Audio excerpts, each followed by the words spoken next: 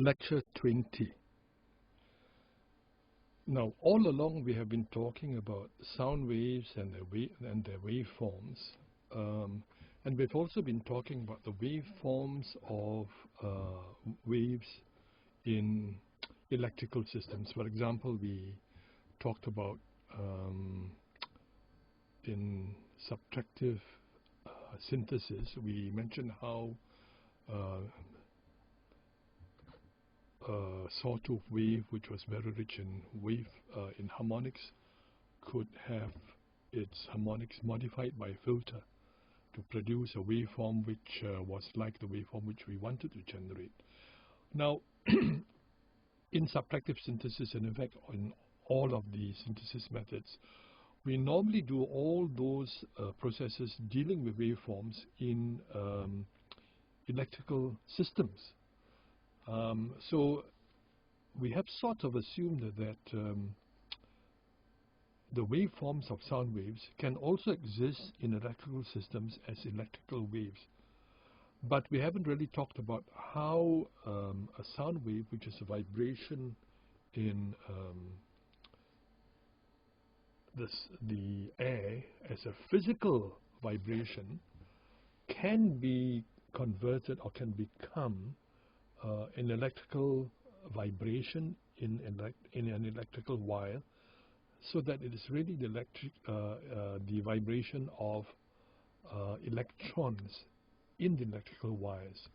Now, air particles, which make up the sound wave, are of course vibrating physically, because they have been made to vibrate possibly by the vibration of some part of a musical instrument, like for example the string of a violin or piano or of a guitar. When it vibrates, it would, as we have seen, it will push the air particles next to it, and because the air is elastic, the air particles, that layer of air particles will push the next layer and then bounce back off, and this causes a sound wave to form.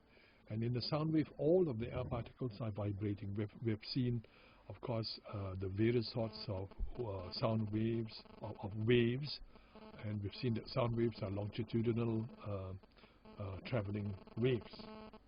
Now, how are these sound waves, which are vibrating and which have a waveform, converted into vibrations of electrons in electrical wires? And we want the vibrations of the electrons in the wires to have precisely the same waveform as the sound waves, so that basically what we've got the same waveforms in electrical form, and we can do all of the manipulations that we want, like filtering or amplification that we want to do to these waveforms. Now, of course, many of you will know that the device that converts a sound wave vibration, which is a physical vibration, to an electrical wave is a microphone. And the sound wave vibrations are converted by a microphone into electrical current vibrations, so that in the wire connected to the microphone, you will get an electrical current which fluctuates, which in the same way that the sound wave which causes it to form fluctuates, so that the waveforms of the waveform of the electrical current vibration is the same as the waveform of the sound wave vibration. What's very important is that they have the same waveform. Okay, now here we see a very simple diagram of a microphone. What I'm not going to do is, I'm not going to talk about the detailed mechanisms of different sorts of microphones, but I'm just going to, in very, very simple terms, talk about how basically a microphone converts the physical vibration into an electrical vibration in very general terms. Okay, here we have the sound wave approaching the microphone on the left. And what's important in a microphone is that in all microphones, on virtually all microphones, you have a diaphragm.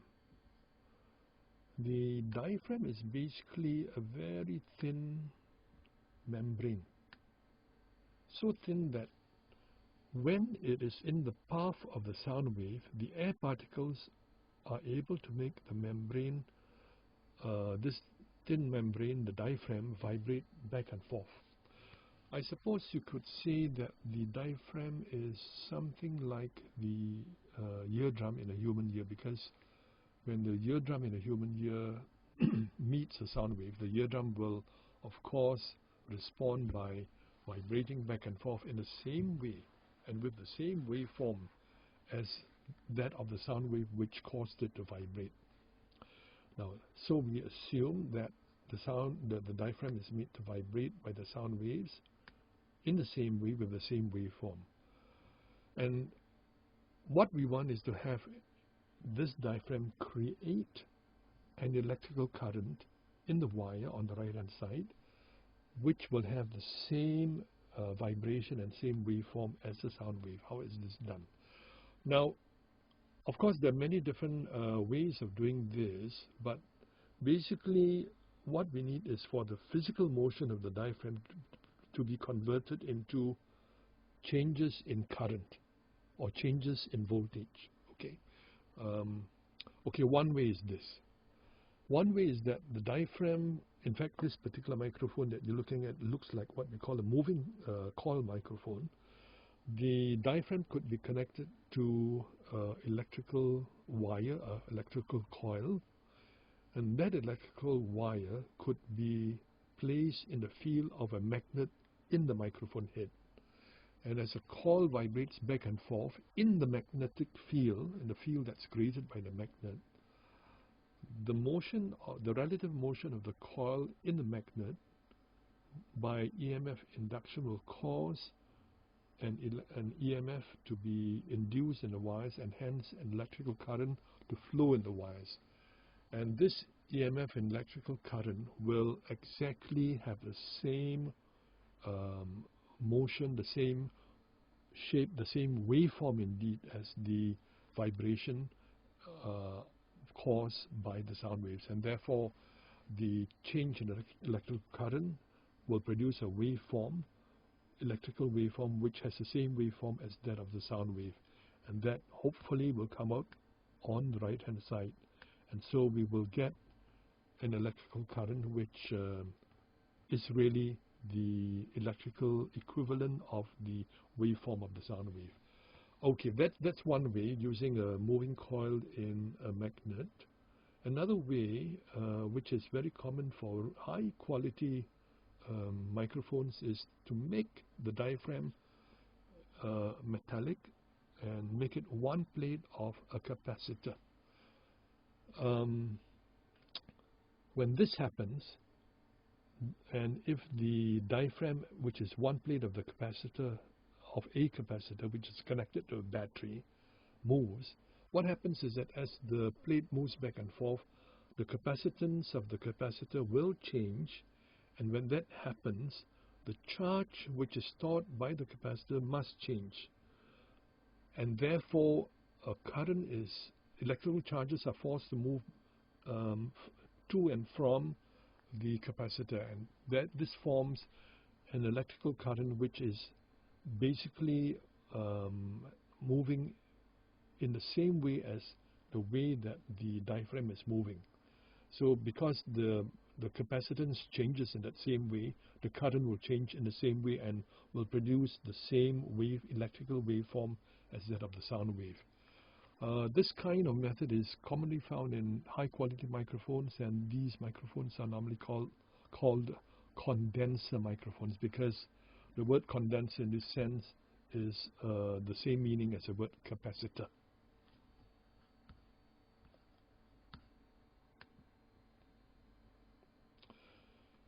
Now, once you have an electrical wave which is produced by a microphone, and once these waves have the same waveform as the sound waves, they can of course be carried by electrical cable, or can be carried over the air by radio waves, as we have seen, or they could be recorded on recording medium like magnetic tapes or gramophone records or even CDs. We'll see that later. The point is that once you have your sound wave in electrical form, you can manipulate the electrical waveform very much more easily using all sorts of electronic and computer technology. For example, when we looked at subjective synthesis, that's one way of manipulating a sound wave. Now, once we have got a sound wave in the electrical system, we will at some point of time want to take the sound, the electrical wave in the electrical system and get back the physical sound wave. So when we want to get back the sound wave from the electrical wave, we use a loudspeaker. Now, a loudspeaker is essentially the reverse of a microphone, basically. Microphone converts physical sound waves to electrical signals. The loudspeaker converts electrical signals to sound waves. Right, now we have seen that the microphone has a diaphragm, so the loudspeaker has something which is, I guess, the equivalent of a diaphragm. I think it is called a diaphragm sometimes. And here we see the loudspeaker mounted in a box as it commonly is, and this white circle is actually the diaphragm. It could be flat, but often it is shaped as a cone because if it's shaped as a cone, when that diaphragm vibrates, it's more efficient in creating the sound waves. So this cone here is made to vibrate when the electrical signal comes in. How does this happen? Now, the electrical wires in the wire connected to the loudspeaker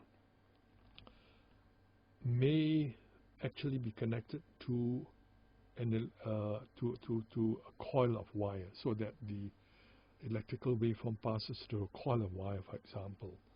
So this loudspeaker coil will sit in a magnet, in a permanent magnet, which creates a magnetic field. And as a coil moves, as a coil lies in the magnetic field, and as a current in the magnetic field changes, this causes movement of the coil.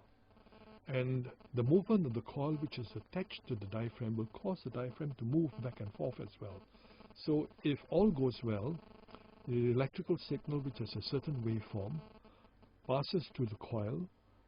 The coil sits in a magnetic field, and as the electrical signal and the waveform changes the current, the coil will move back and forth in accordance with the electrical waveform, and will cause the diaphragm to move back and forth in the same way with the same waveform, and thereby hopefully produce sound waves which have the same waveform as the original sound wave which was converted by the microphone originally. And so you really do need, you cannot use the electrical signal directly to listen to sounds of music, because our ears at this point of time only respond to physical sound waves. I suppose in some later time maybe they could connect the electrical signal directly to your auditory nerve, and you don't have to use a eardrum, but I'm not sure I would like that to happen to me. Okay, so having converted the electrical signal to the sound wave, hopefully the sound wave that we obtain from the loudspeaker is like the original sound wave, and therefore we can hear the original sound which created the electrical signal, which is reconverted by the loudspeaker back into the sound wave which can be heard by the human ear.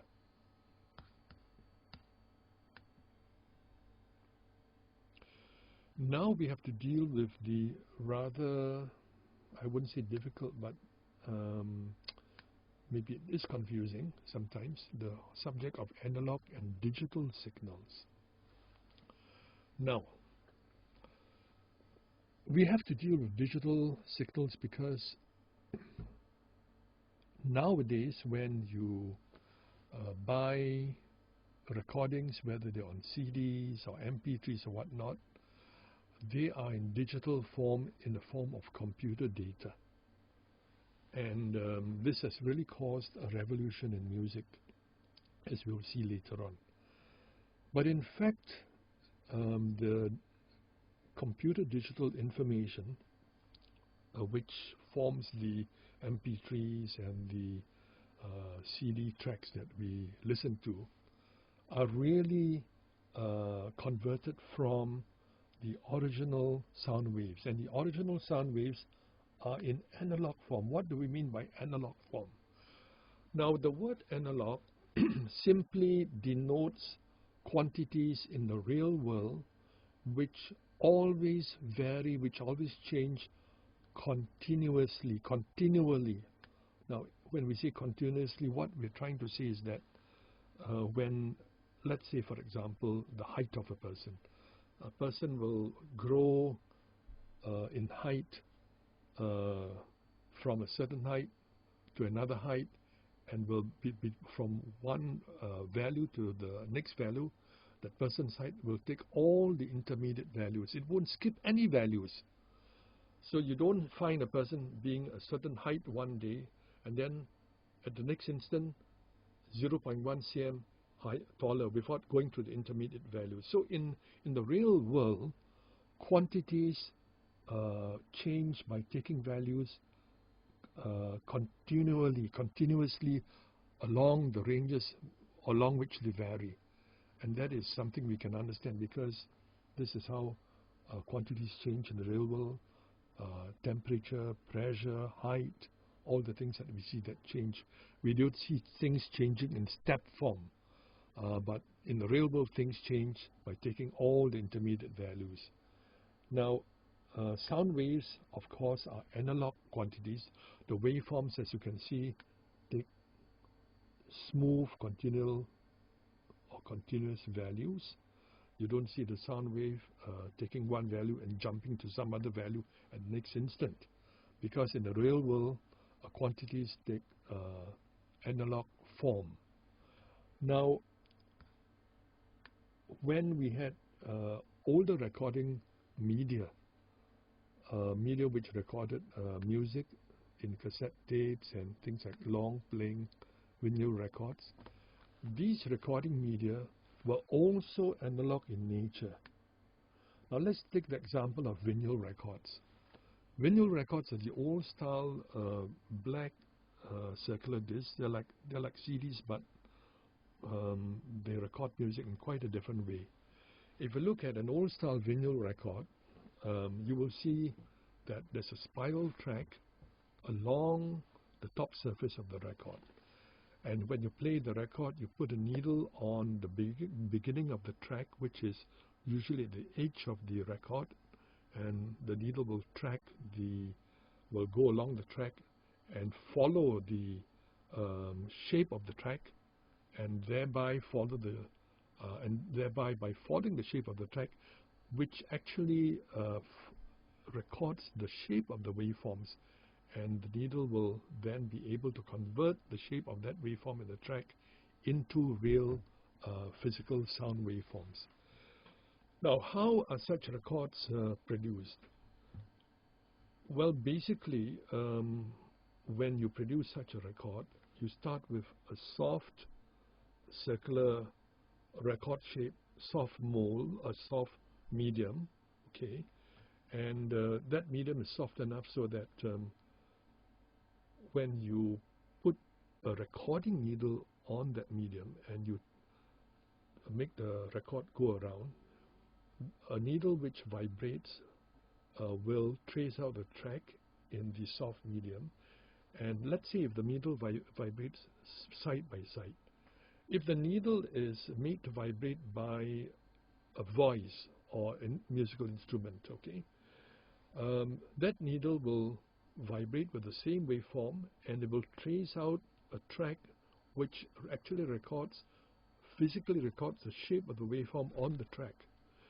And after the recording is finished, this soft medium is transformed into a hard mold, and that mold is used to stamp out the vinyl records, which is why when you look at a vinyl record with a magnifying glass and you look at the track, you can actually see the waveforms in the track, and the waveforms are exactly like the waveforms of the music being recorded.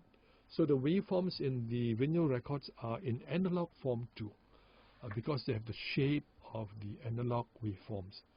In cassette tapes, you don't see, you cannot really see the waveforms, but the waveforms are also there in analog form, because if you look at a cassette tape, you will see on the surface of the tape shiny brown surface, which is actually a layer of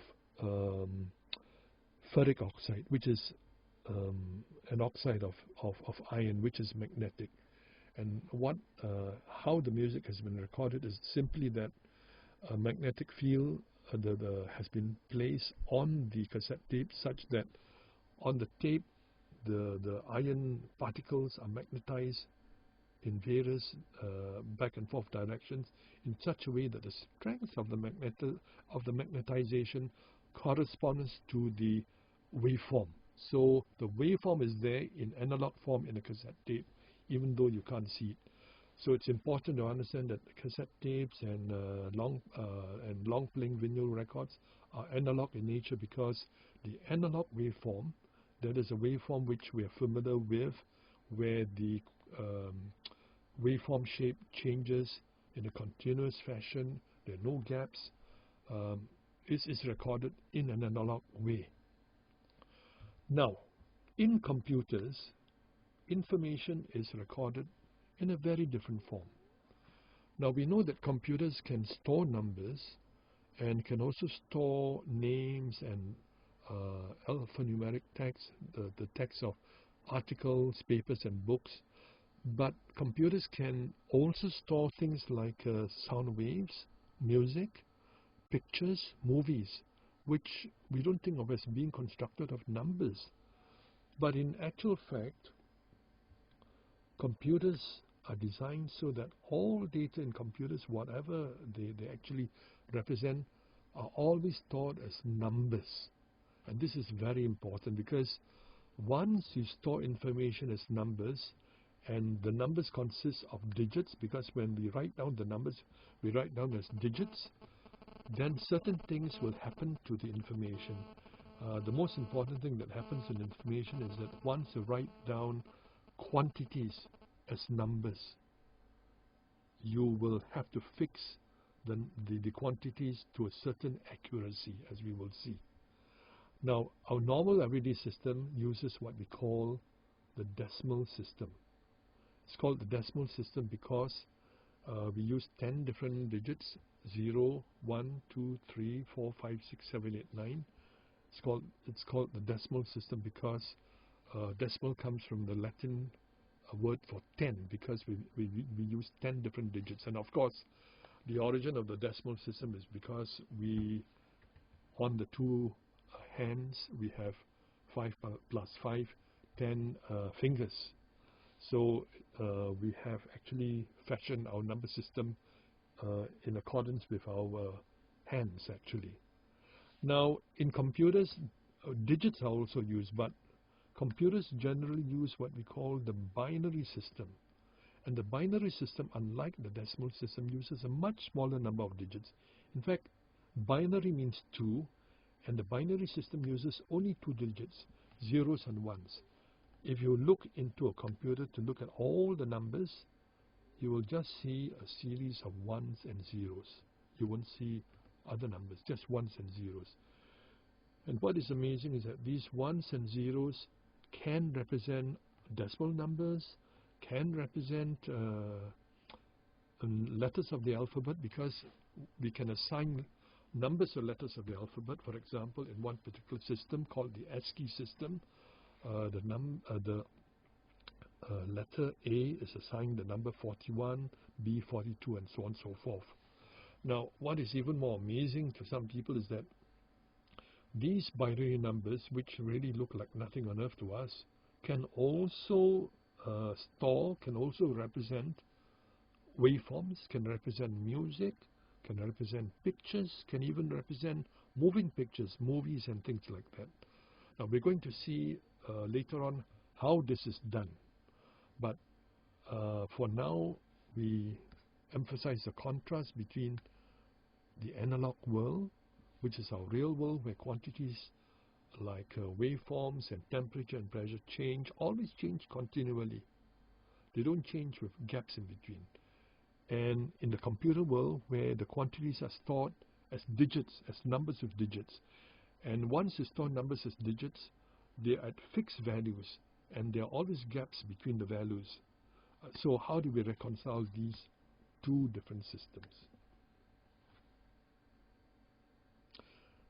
Now, because analog information in the real world, such as sound waves, is stored in computers in digital form, there has to be some way of converting analog information to digital information, and this is known, of course, as analog to digital conversion, very often abbreviated to A to D conversion, sometimes also known as digitization. They all generally mean the same thing. So in A to D conversion, we convert an analog waveform, an analog quantity. In our case, we're going to convert analog waveforms. We're going to convert an analog waveform into a bunch of binary numbers.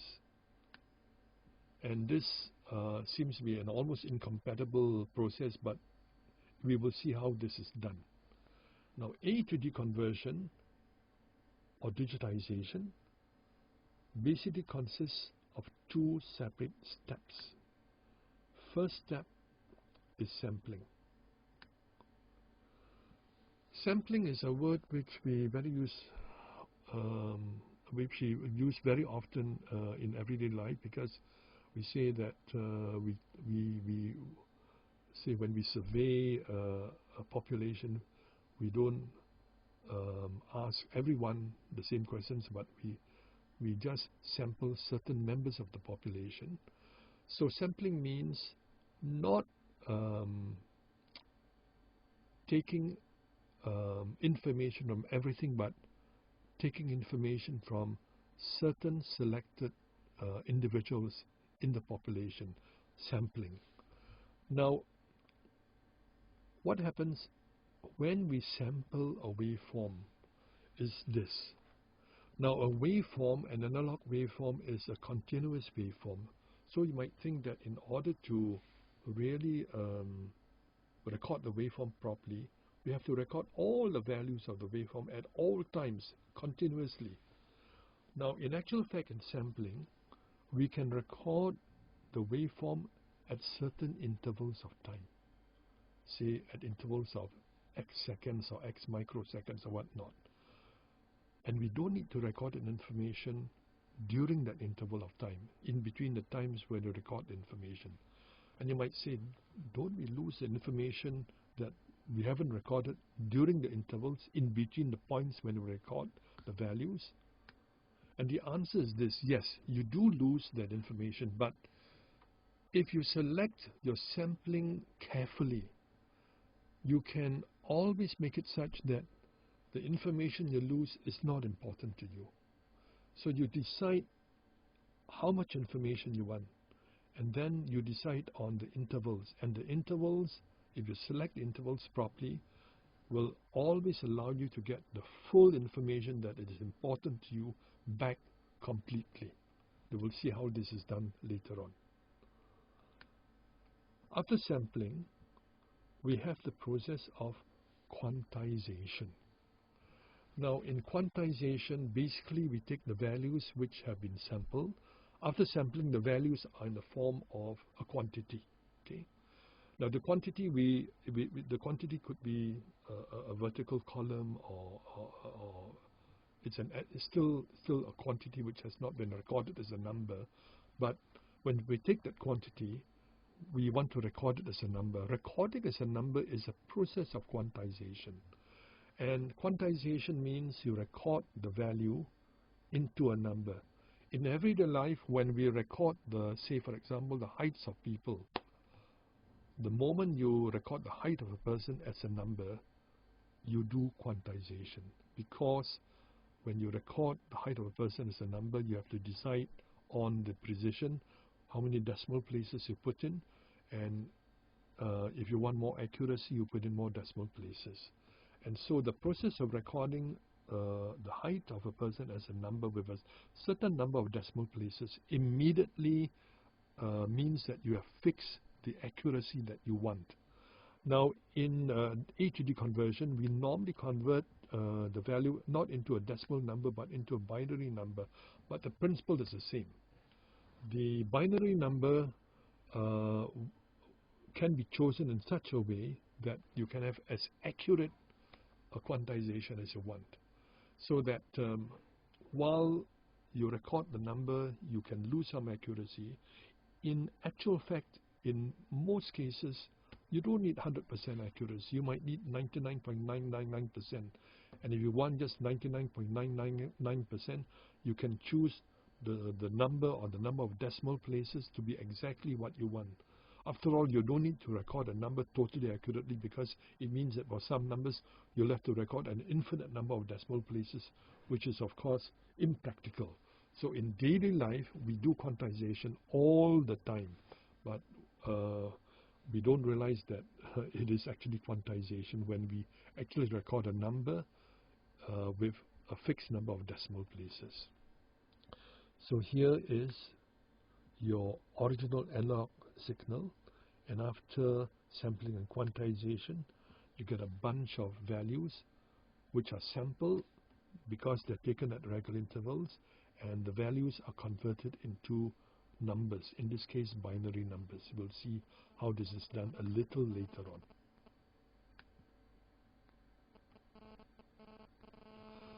Okay, let us look at the process of sampling in a little bit more detail.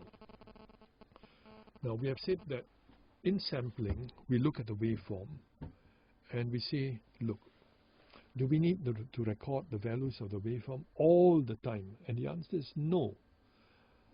As I've said, this is in principle similar to what you do when you do a survey of a large population. Let's say you have to do a survey of the Singapore population. Let's say some manufacturer is introducing a new type of chocolate, and you want to see whether this chocolate is going to be popular and marketable and will earn a lot of money. Now, you don't have to sample the whole of the Singapore population, 5 over million people. In actual fact, what you need to do is maybe you need to select 1,000 people. But the selection of the 1,000 people has to be very careful, because you have to select the 1,000 people so that they represent the Singapore population in terms of social strata, earning power, ethnicity, and that sort of thing accurately. So you take 1,000 people, and if you've done this sampling, now selecting 1,000 people from a whole Singapore population is the process of sampling. So if you've done the sampling of the 1,000 people correctly, you can just have the 1,000 people tasting your chocolate. And if you've done the sampling of 1,000 people properly, the results you get from just sampling of 1,000 people will give you pretty accurate results, which should reflect the opinions of the whole Singapore population. That's in theory anyway. Now, in the case of an analog waveform, we sample the waveform in such a way that the value of the waveform is read not continuously but only at certain regular intervals. Now, the intervals can be dictated by, say, an electronic circuit like a clock. So this clock could command the circuit to read the waveform value only at specific times, which are at regular intervals. And these regular intervals are known. This is known as a sampling period. Now, here we see a diagram of what is actually happening. Here's your waveform, okay, and here we see that you've got one sample here, okay, another sample here, another sample here, another sample here. and the samples are read out. The values are taken from the waveform at regular intervals, and those regular intervals are known as a sampling period.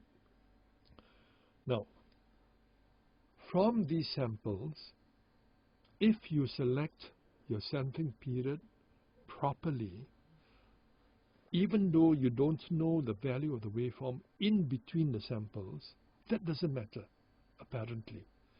If your sampling period is selected carefully from the samples that you have, you can reconstruct and recreate the waveform accurately enough. Accurately so that you can get, basically you can get back the original waveform as accurately as you want for your purposes. Now the important thing is that the sampling period has to be chosen very carefully so that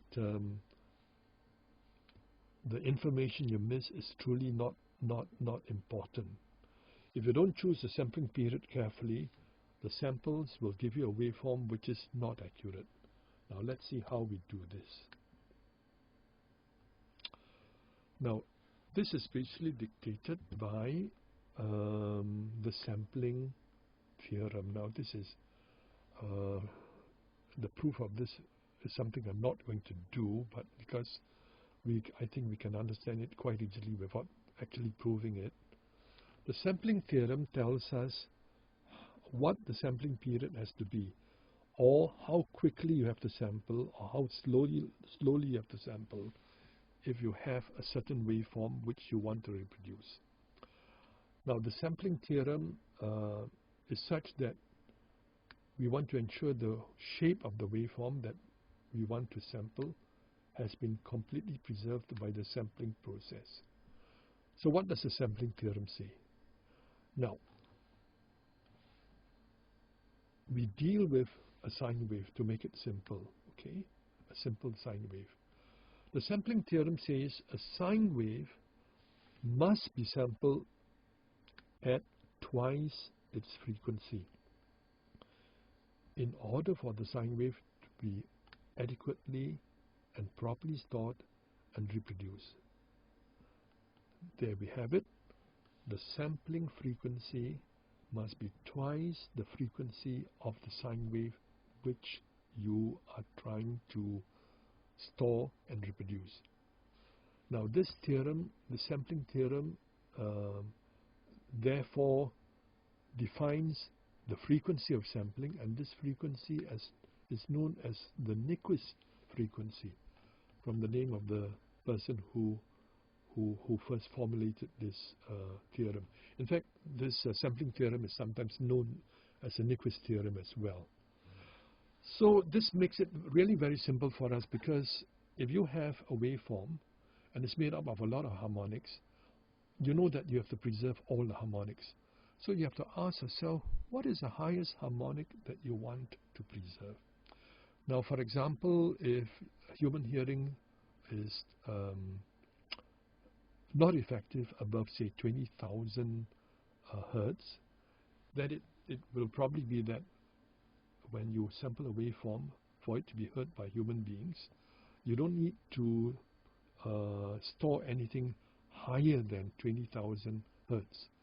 So that means that for 20,000 hertz, the highest harmonic that you need to store is 20,000 hertz. So to store harmonic at 20,000 hertz, you need to sample at twice the frequency, that is 40,000 hertz. So the sampling frequency for 20,000 hertz is 40,000 samples per second. So if you store 40,000 samples per second, all the frequencies which are 20,000 hertz and below will be recorded accurately and can be obtained back from the samples when you want to reproduce the waveform. Now here is a diagram which sort of, without actually giving a formal proof, shows how this works. First we have a sine wave signal. Then, to make this clearer, we sample the sine wave at twice the frequency. Now twice the frequency would mean that there are two samples for every cycle of the sine wave. So this is one cycle of the sine wave. Okay, this is one cycle. So to make it clearer, we then sample the two samples at the trough and the peak. Okay, so that if you sample once at the trough and once at the peak, that will ensure that you have two samples per second, per cycle, and the sampling frequency will be double the frequency of the sine wave. Okay, so after the sine wave has been removed, you are left with the samples. These are the samples. This is a trough sample, the peak sample, another trough sample, and so on. And if you want to reproduce a sine wave, it's easy to see that if you know that the samples were at the trough and the peak, all you have to do is reconstruct the waveform like this, which is shown in this lower diagram.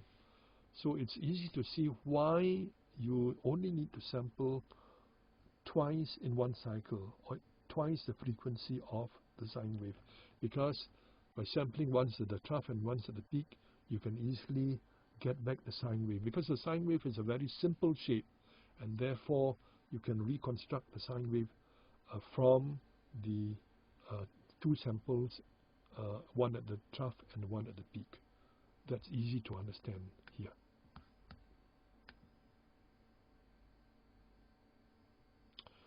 Okay, so sampling frequency, as defined by the Nyquist frequency or the sampling theorem, simply says this. This is very easy to remember. If you have got a sound wave or sound recording that has a certain waveform, if you want to sample this sound wave or sound waveform, all you need to do is to ask yourself, what is the highest frequency of the harmonics which I need to keep? Now, I've given an example of 20,000 cycles, 20,000 hertz, because generally speaking, that's around about the limit of human hearing. So you could sample to keep the frequencies up to 20,000 hertz. In order to keep the frequencies up to 20,000 hertz, you have to sample at twice that frequency. So if you sample at 40,000 samples per second, the samples that you have after the sampling will allow you to reconstruct the waveform up to 20,000 hertz. Now, so this is simply a question of what is the highest frequency you want to keep, and therefore that highest frequency determines the sampling frequency, which will be twice the highest frequency which you would like to preserve in a waveform, twice the highest frequency to be preserved. So for example, if that highest frequency is f, the sampling frequency must be 2f. Actually, it only has to be exactly 2f, because 2f sampling frequency will preserve the highest frequency of f. Some people play safe, and if you want to sample 20,000, they play safe by sampling higher than 40,000 to make sure. But actually, if you do sample at 40,000 samples per second, that is, by the theorem, enough to preserve 20,000 hertz. Now here in this table, we see various forms of digital storage in which the sampling frequencies have been fixed at different values. I'm just going to highlight the most common one, the audio compact disc, the CD. And the sampling frequency of the CD is a rather unusual number. It's 44.1 kilohertz, meaning that in 1 second, 44.1 thousand, K is 1,000, 44.1 thousand samples are being stored, are being sampled and stored. What does this mean in terms of the highest frequency to be preserved?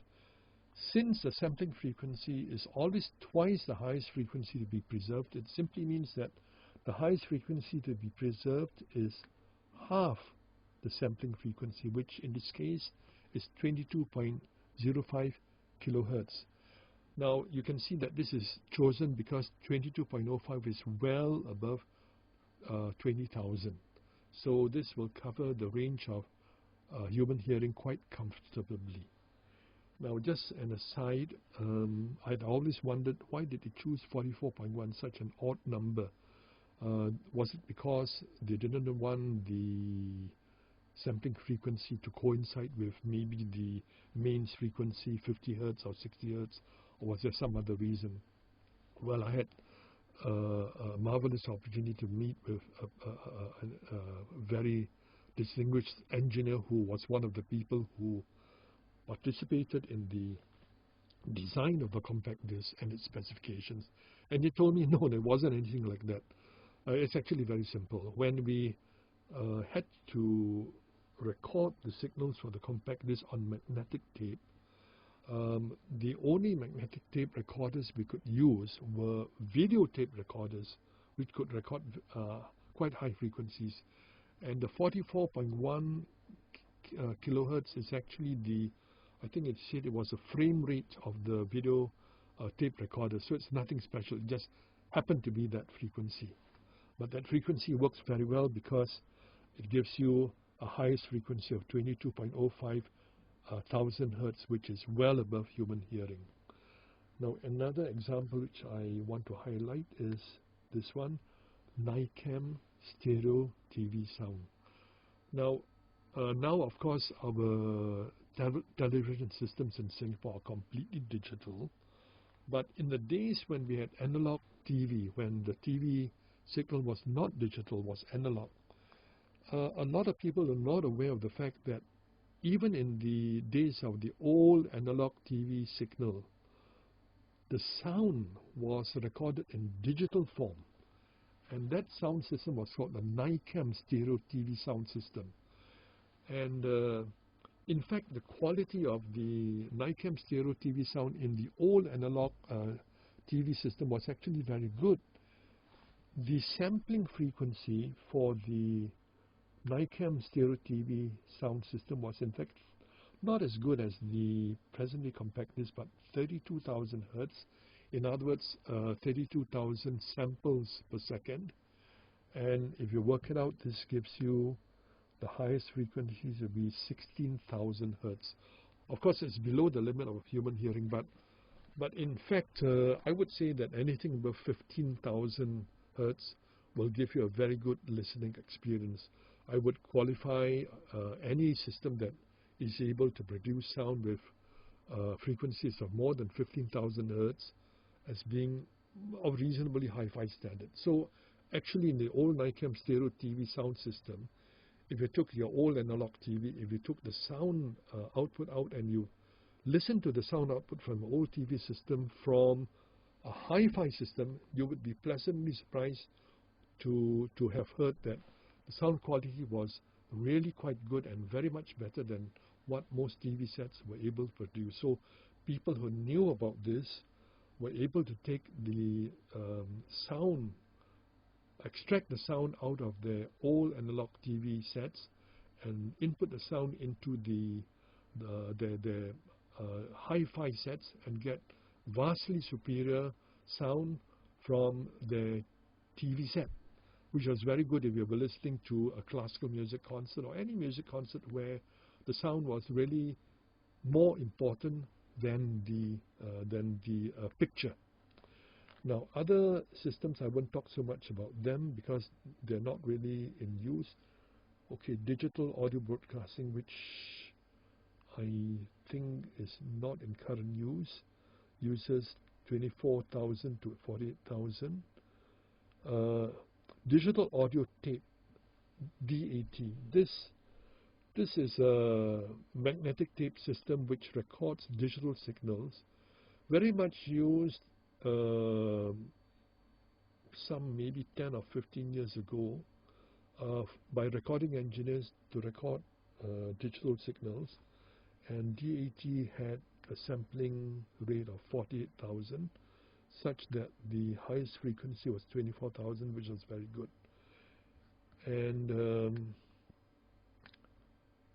DVD was once upon a time used to record audio, and it had a really good sampling rate, 96,000, which gave you a highest frequency of 48,000, which is way, way beyond the upper limit of human hearing. You might wonder why this is necessary. Maybe this is for dogs to appreciate rather than for humans.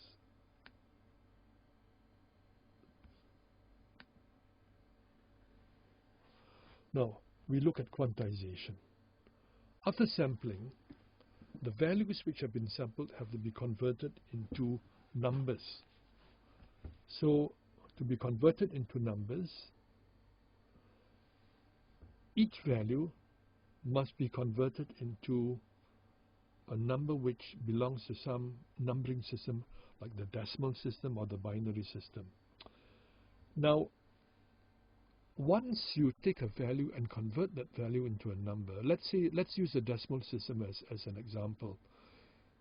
If you record someone's height as a decimal number, you have to record it as maybe 141.3 or 141.32 or 141.325 or something like that. So the number of decimal places you use determines the accuracy. Now, so the moment you record a value as a number, you sort of determine the accuracy of the recording straight away. So quantization, which is the process of recording the values as numbers, determines the accuracy. And in this diagram, you see all these horizontal lines. Here, the analog waveform has been sampled at various times, okay? And here we are doing the quantization in the accuracy with no decimal place. So this value is 60, this one is 77, this one is 85, this one is 82. So it's accurate with no decimal place, just to the integer. So the moment you record a value as a number, unless you record the number as having an infinite number of decimal places, which is totally impractical, you fix the accuracy of your values immediately. Here the accuracy is fixed just to the integer value, no decimal places. Now the horizontal lines here sort of reflect the fact that once you fix the number of decimal places, when you record when you quantize the value, it's like drawing horizontal lines on the graph, because the horizontal lines here will represent values from 0 to 100.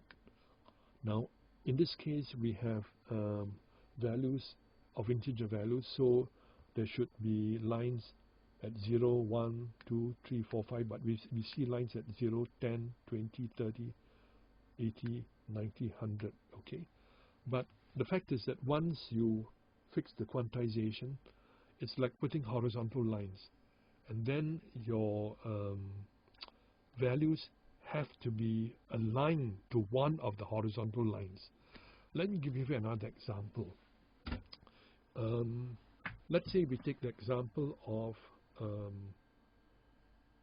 father who is recording the height of his daughter as she grows up. Now, first process is sampling.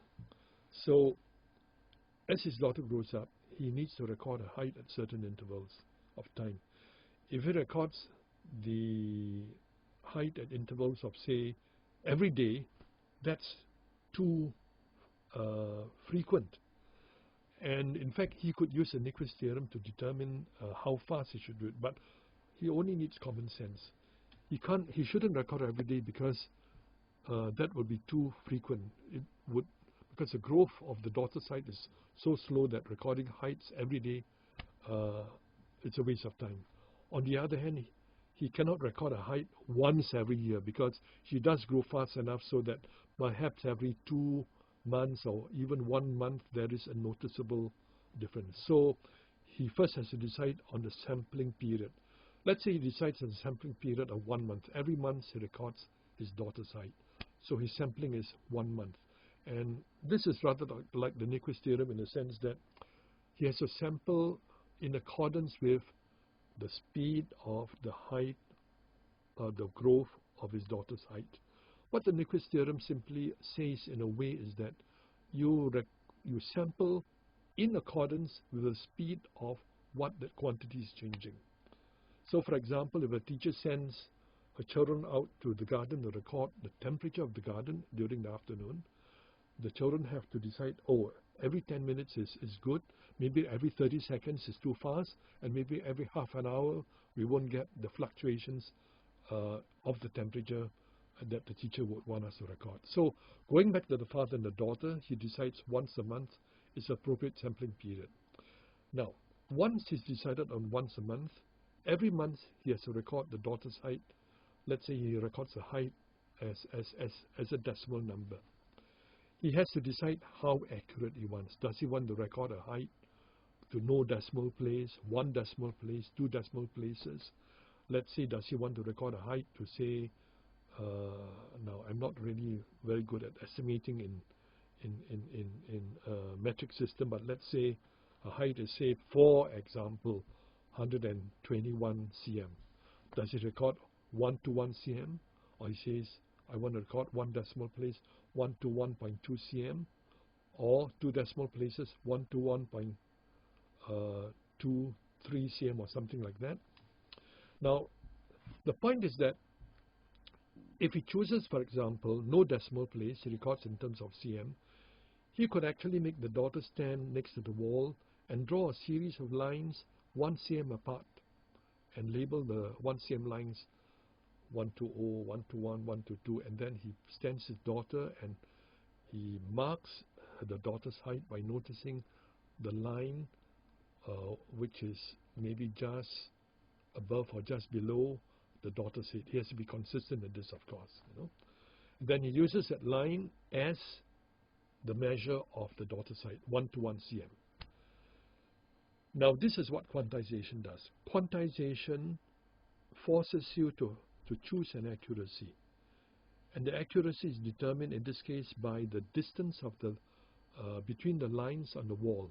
And if he chooses no decimal place, just integer cm, then the lines will be spaced 1 cm apart. If he says, no, I want it to be more accurate, I want to have it to 0.1 cm, then he wants to record the daughter's height to say 1 to 1.2 cm, and he still wants to draw lines on the wall, then he has to draw lines that are 0.1 cm apart, which are finer, so the lines are closer apart. So the separation of the lines on the wall reflects the accuracy of the quantization. The closer the lines, that means the more accurate the quantization, and in this case, the more decimal places. Now this is something we do all the time. In fact, both sampling and quantization are processes we do all the time in daily life, like choosing the frequency of measurement and choosing the number of decimal places to record a particular quantity, but we don't call what we do by such fancy names as sampling and quantization. Now, going back to the diagram, so you can see that in this diagram, the quantization is only 2 integer numbers, and as I have said, we have to settle for a certain degree of accuracy, and this simply depends on how long we want each number to be. And we always fix the accuracy because we cannot write numbers that are infinitely long. We must have a certain length of numbers, no decimal place, 1 decimal place, and so on and so forth. And the accuracy of the numbers is reflected in the horizontal lines that we draw, and the more accurate the numbers are, the longer they are, the closer are the lines, and therefore if the lines are closer, you can also see that the measurement is more accurate if the lines are closer, because in the case of the daughter, of course, if the lines are 0.1 cm apart, her height will be more accurately measured if it's matched to one of the lines on the wall. Now, we have been talking about the decimal number system all the time because this is indeed the system we use in daily life. And I've said many times that, of course, this derives from the fact that we have 2 hands, each of 5 digits. So with 10 digits, it's only natural that mankind settle on the number system with 10 digits. And in our decimal number system, we have something called a place value system, such that if we write down 1, 2, 3, 4, we have been taught in primary school that the first place on the right is a unit, second place is 10, third place 100, and fourth place is thousands, and so on. So this 1, 2, 3, 4 really represents the number 1,234, 3 tens and 4 units. Now let me see straight away that the decimal number system is not unique. You can have number systems with different numbers of digits, or as might be more accurately said, with different bases. Here the decimal number system uses a base of 10. 10 is because we have 10 digits. Now 10 isn't a particularly good choice for a number system because 10 is a number that can be divided by 2 but cannot be divided by 3. So actually 12 is a better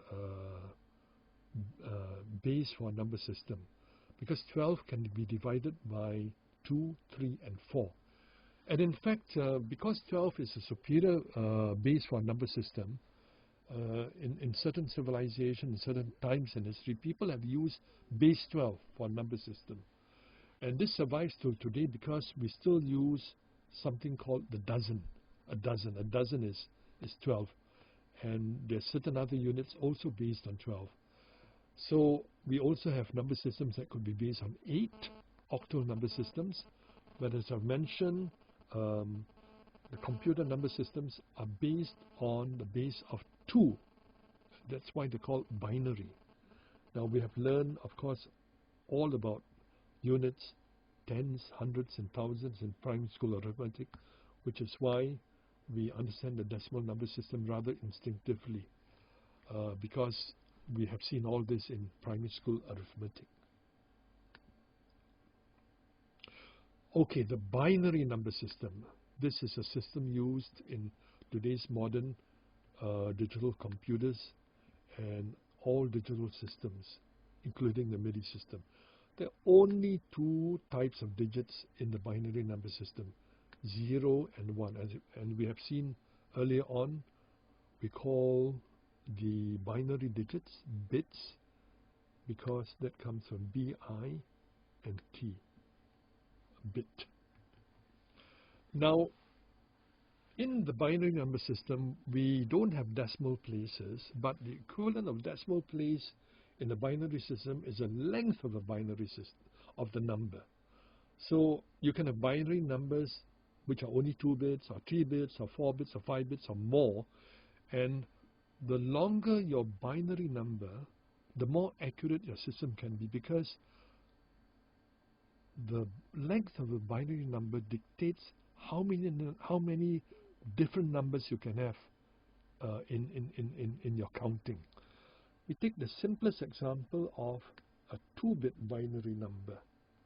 Now a 2-bit binary number consisting of ones and zeros can have only 4 possible combinations: 0, 0, 0, 1, 1, 0 and 1, 1. Only 4 possible binary numbers.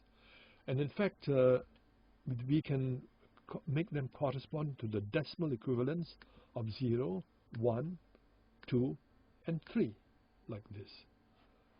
Now if we go further and we look at a binary number system with a longer length, what we call a longer bit length, and here we take binary numbers with 4 bits, we find that as we increase the number of bits in the binary number, we can have more values.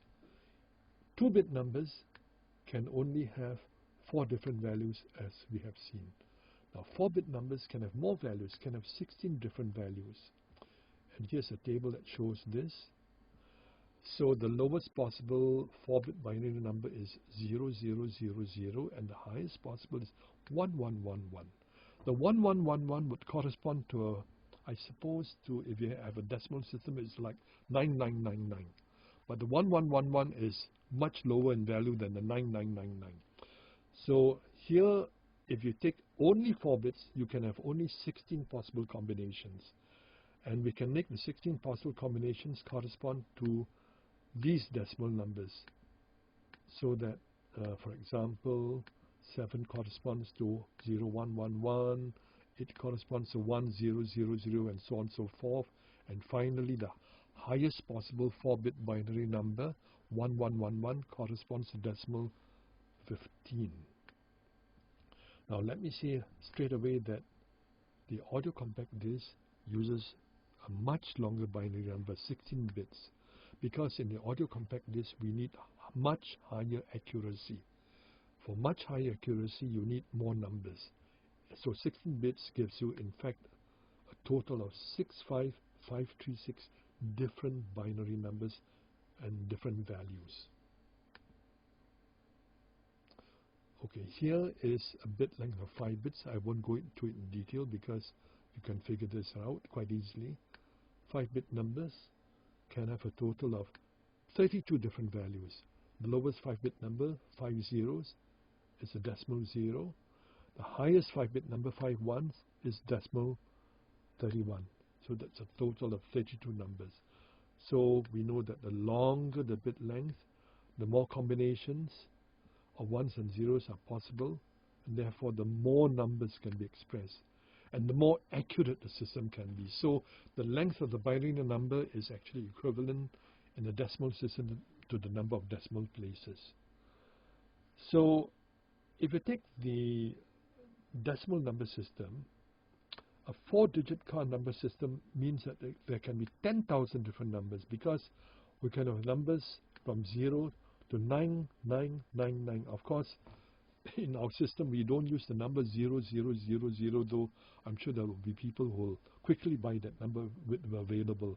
But if you count 0000 as a number, then indeed for 4-digit decimal car numbers, there are 10,000 different numbers. If car numbers had only 3 digits, running from 000 to 999, only 1,000 car numbers would be possible.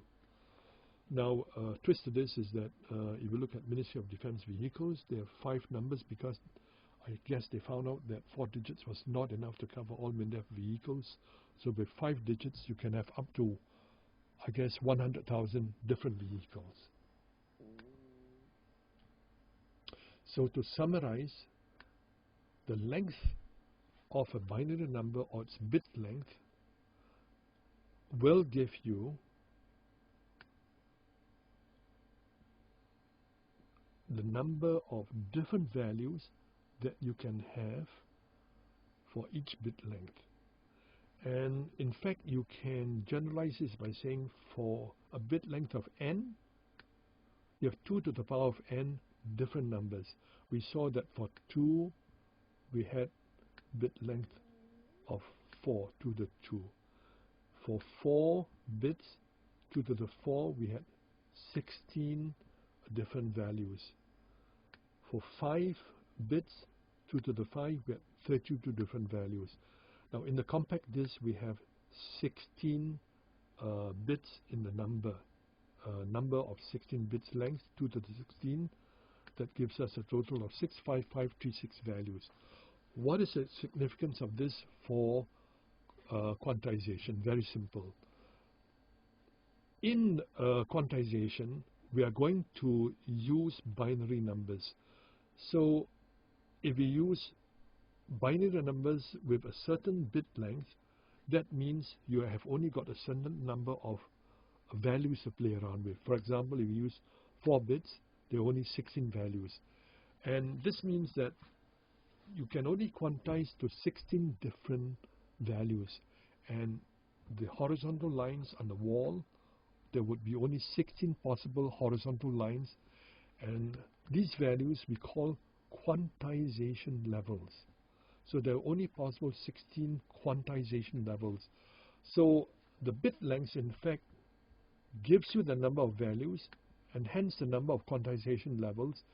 And if you have fewer quantization levels, the distance between levels is greater, and therefore when you fit the waveform into the quantization levels and the waveform values are forced to be one of the quantization levels, the value will be less accurate. To get greater accuracy, you must have more quantization levels, which is why in the compact disc, the bit length is 16, the more than 65,000 quantization levels, so that when the sampled values are quantized, they are quantized so that there's very little error in the actual binary number that represents the value of the sample quantity in the waveform. This we will see in greater detail when we look at how sampling and quantization is actually done step by step. This is the end of lecture 20.